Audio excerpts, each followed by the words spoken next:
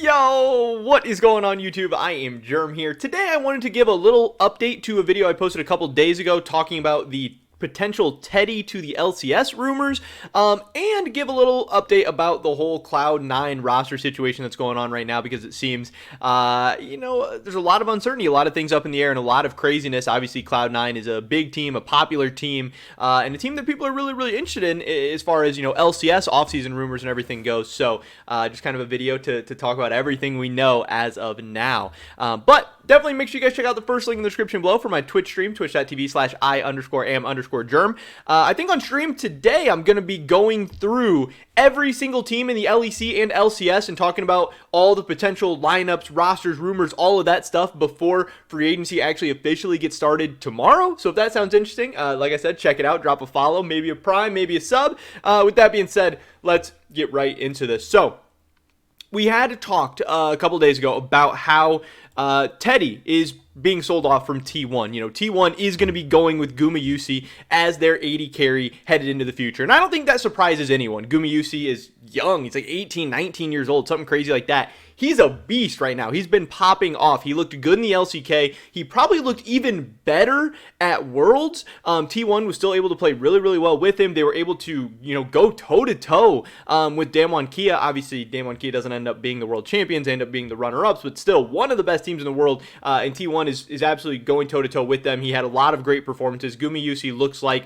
a future superstar in the LCK, honestly. At least to this point in his career.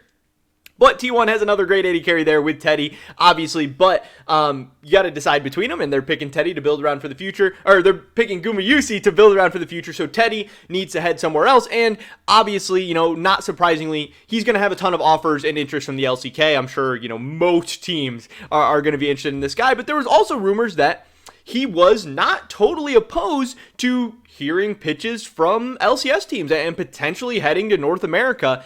It was rumored that potentially Cloud9 and TSM were going to be putting in some bids for him and potentially trying to talk to him and his team. And we got a little update about that situation. Obviously, a lot of people were like, oh, there's no way. Teddy's not coming to the LCS. Teddy's too good for the LCS. He's not ready to retire. He's not ready, to just ruin his career. But other people were like, yeah, go get the bag, Teddy. Like, yeah, it makes sense. But Zers tweeted out the other day, he said, apparently Teddy has declined both TSM and C9 RIP. Now, if Teddy was actually interested or willing to come to North America, really, TSM and C9 seem like the only logical options. I don't think TL was going to, pass up on Han Sama at this point. It seems like that's pretty much a done deal. I don't think 100 Thieves is just going to kick FBI for Teddy. That seems, even though, most people would take Teddy over FBI, still seems really, really risky to just, kick him and see how he's going to fit into the team. Obviously EG has Danny, that whole situation. They could have went with Teddy, but they have a young kind of budding star in Danny there. But EG's not 100% locked in with Danny. It seems like at one time they were maybe considering double lift, so maybe EG would have been a choice. But it just seems kind of weird to me that Teddy was potentially interested in talking to LCS teams, but obviously things have not gone well with him TSM and C9 so far. I don't know if the money wasn't right, if the rosters weren't right, if he was looking for a different team, or if he was just curious and willing to hear these people out. But for whatever reason, it seems like it didn't go good. And Zers got some of this information from this account, Pork Cutlet 99, just like a Korean rumor account or whatever, and they said that 2 LCS teams have contacted Teddy, but he declined today at least. Now, again, maybe we'll see TSM and C9 up their offers. Maybe we'll see them make some big, massive pickups and changes to the roster that could potentially entice Teddy, or maybe, the Teddy to the LCS dreams are officially dead. I don't know. But they do say here, hint, Sky and Lane, obviously talking about Cloud9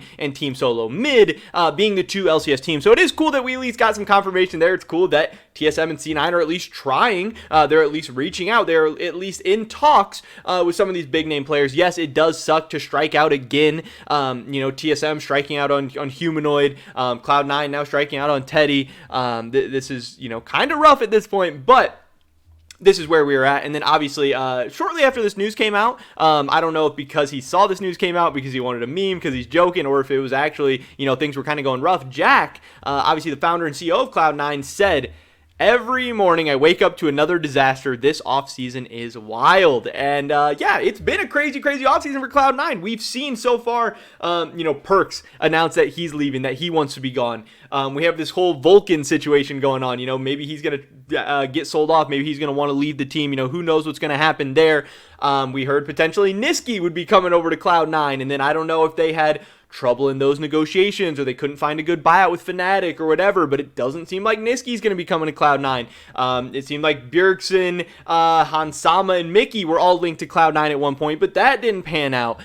We've just seen a ton of different Cloud9 rumors and a bunch of craziness at this point. It just seems like whether it's Cloud9 not being interested or the players not being interested or things just not working out, nothing is really breaking Cloud9's way at this point. It seems like Cloud9 fans are increasingly more frustrated, upset, or just kind of scared and worried about the 2022 season. I know, obviously, they have a lot of faith in this organization and in Jack. It seems like somehow Cloud9 always finds a way to figure things out for the next season, even if it's some random rookie you've never heard of, or they go out and land a Perks or something like that. It's always some kind of craziness. But Cloud9, it's just that team that won't go away. They are this revolving door of new talent, new players, new faces every year, but they're always competitive. They are never an easy out. They almost never have a bad split, almost never have a bad year. They're always at Worlds. They're always doing well.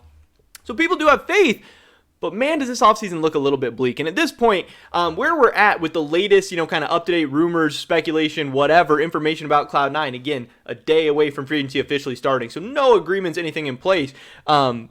But it seems like the roster at this point that people are expecting, again, who knows, things could change. Maybe some, deal falls through with another team. They're able to snag somebody. Maybe they land some massive Eastern free agent or something like that. But right now, if people had to guess, the most likely roster for Cloud9 right now is Fudge, Blabber, Copy, their 19-year-old academy mid laner. It seems like Sven is going to be back with Cloud9, like re-signing to a long-term agreement or something to stay with the team, even though it looked like he was probably going to be out at one point.